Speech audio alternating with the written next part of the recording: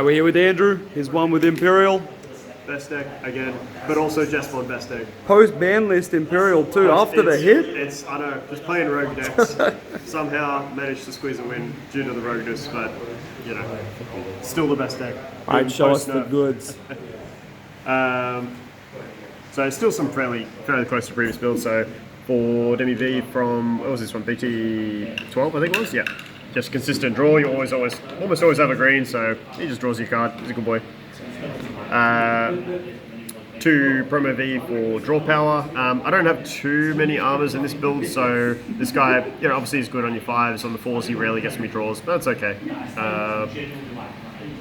4 of your best searching Veemon, searches all your pieces, end of turn DNA, and grabs you Davis. Exact same one with the Worm one, but only grabs Ken. He searches all your tamers except Davis. The other one searches all your tamers. Nice.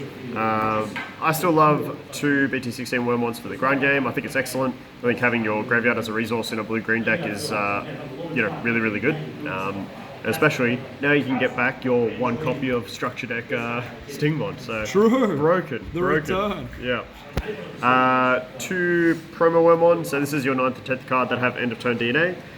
Searches dual color cards, which green or blue, which includes things like Primogenia, but it also includes things like Medieval Gallimon. Oh, true.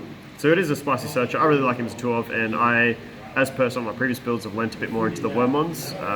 So we'll get to that shortly, but we're going to have 4 XPs for starting off at level 4s.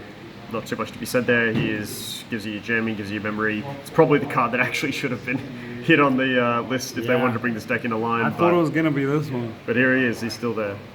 I'm doing some interesting ratios. So I've got 2 of the equivalent BT12 Sting. Still very good. You still print memory with this, doing Dragon Mode shenanigans. But I found 2 was still fine because I wanted to try a few different things. Yeah. Then we've got our newly limited Stingmon, of course. I would normally have this probably at 2 to 3 copies in addition to this. But he's at 1, so we're playing 1. Currently I'm trying out, and so far really liking, 2 BT14 Togemon to fill out the green 4s. Now you could obviously just say, hey, run a 4-1 ratio with this, and that way fills it out with Stingmons, and that's true, and that's probably actually correct. But I really love this one. If you move it up on one of your Wormmons from raising, and you're on at least 1 memory, you can hard slam your Davis Ken, which is also a green tamer. Tap itself and then reduces it to a 1 cost, so you're still at 0. And then ideally, you know, maybe hard slam a Veemon, you still make your level 3 and you've gotten your tamer taps, gain a memory. It's actually got a lot of synergy, except that it's not searchable by all the searchers except for Davis and Ken. I don't know if I'll keep this in the end, but I've been having a lot of fun with it. The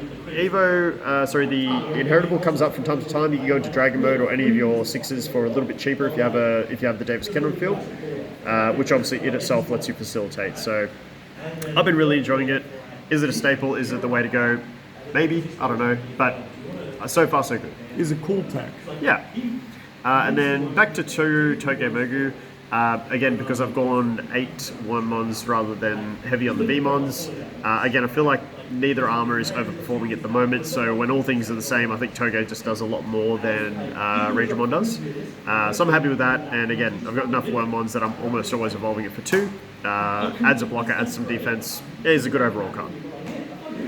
So that rounds out the level 4s. The 5s really hasn't changed much, so 4 of your good pale.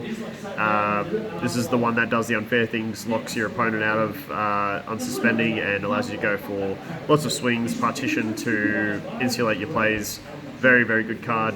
They could have hit this card as well too, but the deck would be very dead if that happened, so I'm glad that didn't happen, but yeah, maybe Stigma was too light.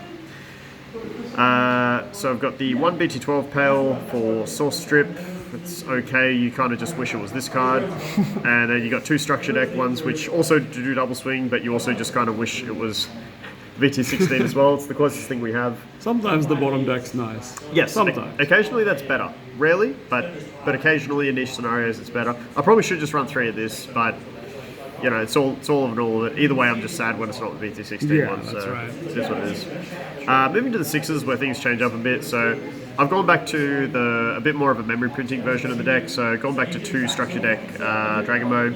You want to be using your enablers to go into this for cheap, and then just making your memory printer level 4s come out and just make more pals and swing. now that we've got a lot less Mirage Doggo in the format, I'm a lot less afraid to be a little greedier with this deck because I'm not getting punished for all my searches. Therefore, I think going wide and going fast is really, really good. It's just previously you'd bring down anything, search, and then Mirage would say, "Oh, cool, now your turn's over." Yeah, tax gold. Without that, it's a lot easier. I've got 2 Hexablau. I think it's still a premium top end to go into. It's the only way to hate on Tamers. There's just some matchups where if they don't have an out to it, you just win. They just can never swing. I don't know. Honestly, this is a card that probably should at one stage be limited as well, perhaps. But at the moment, yeah, really liking that as a top end option. 1 Medieval Gallant. For so many reasons, this is already an insane card in of itself, by itself, playing it from here. But this deck does run a lot of green level 5s. So in certain scenarios, you can just evo it as normal. Otherwise, you've got plenty of opportunities to hard play this one for the reduction cost. If your opponent only has 1 card, but you have Davis and Ken, you could bring out your rookie for 0 search, and then use that as one of the things to suspend. Alliance target. Alliance target, or as one of the things to help reduce the play cost of the medieval. Yep. If you have 2 things coming down, then you can do both. We're currently at 1 fighter mode. I had to make some space somewhere. Fighter mode's alright, it is good, and when it goes off, but I don't feel the need to run a whole heap of them at the moment. In previous builds, I ran a large amount of them. I don't feel the need for that at the moment. I feel like most things just often out your stack before you can even ace anyway. Yeah. But it still comes up, of course. I think you'd be silly not to run it. I think just format dependent on how many you run. Last level 6 is just 1 BT16 Dragon mode. Again, this is just to set up the combo to have it ready there to go into the fighter mode. And also just sometimes that gets you the 1 extra swing you need. So it's not bad, and again, in certain formats I'd run this at higher amounts if they're super heavy on aces, things like that, but I'm okay with it at 1 at the moment. And just the 1 Paladin mode to round it out.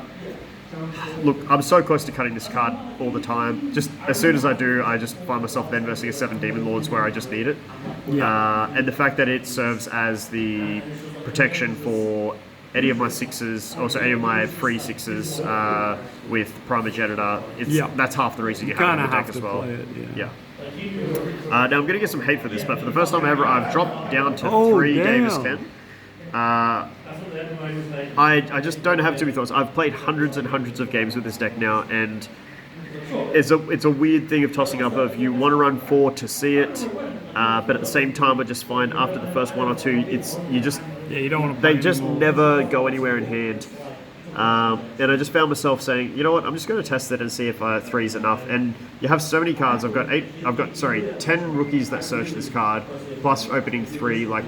You see it pretty quickly. It's not always, and if you don't have level 3s, you don't always need it straight away. So yes, this is OP, but also at 3, I don't know, I might put it back to 4, but at the moment it's been more than performing at 3, and I find myself with less dead cards, and it was just one more spot I could have for a rookie to actually play off it. So I'm really enjoying it. I'm not saying it's the smarter than anyone else. I just wanted to try it, and so far so good. Hell yeah. 2 Davis, again, search power, and I think both effects are just as important as each other. There's plenty of decks. Almost every deck can memory check you at 1. So I think it's important to have a way to be able to circumvent that, especially if your deck doesn't do a whole heap off just 1 memory. And sometimes this deck needs its memory, so I think it's still important to have 2. But no more, no less. And then where we've gone back for our packages, so we've got 2 Jade Memory Boost. Pretty much searches every single Digimon in the deck, so that's cool. Back to 2 Primogenitor, so I dropped this to 1 in previous builds. I'm back to 2. Card's very, very good, and as we just had in the finals against Magnamon, sometimes that's what you need to push through boards where they will block and kill you, and then instead of dying, you will instead get to evolve for free, so that's really cool. And then a Super Break and Security effect. If you're lucky enough to have it in Security, then sure, but that's probably not going to happen most of the time. And then rounding it down, we are back on 1 Hidden Potential. So because I've switched the game plan back to Structure Deck Dragon Mode to go aggressive, Hidden Potential is obviously amazing, and with Davis and Ken giving you free bodies, you'll often have just a random Veemon who's just sitting there, just do his search, and he's just a free target for Hidden Potential to give you ridiculous plays. But there's also some random versatile plays you can do with this as well. Like in a pinch, sometimes you can just use it to go Wormmon into a level 4 if you're already at 0 memory, and that's the difference between being able to like do a DNA play or not. Yeah, because that's like 2 swings with bodies that can't even attack. Right? Yeah. And I had one thing come up today where I went into Hexblade with this because it only cares what color the Digimon that's is right. evolving is, not what it goes into. So, again, yeah, hidden potential, tap the Veemon to make my pal go into Hexblade Alpha 0. Yeah, cards still probably should be banned, but here we are. Hard Is what good. it is. And that's the deck, and I'm going to keep tinkering with it, but I'm pretty happy where it is at the moment, but yeah, we'll see how we go. We might switch back to 4 Davis Ken, we might change, we might not run the Toges in the end, but for now, it's working, so we'll see how we go. What were your matchups again today?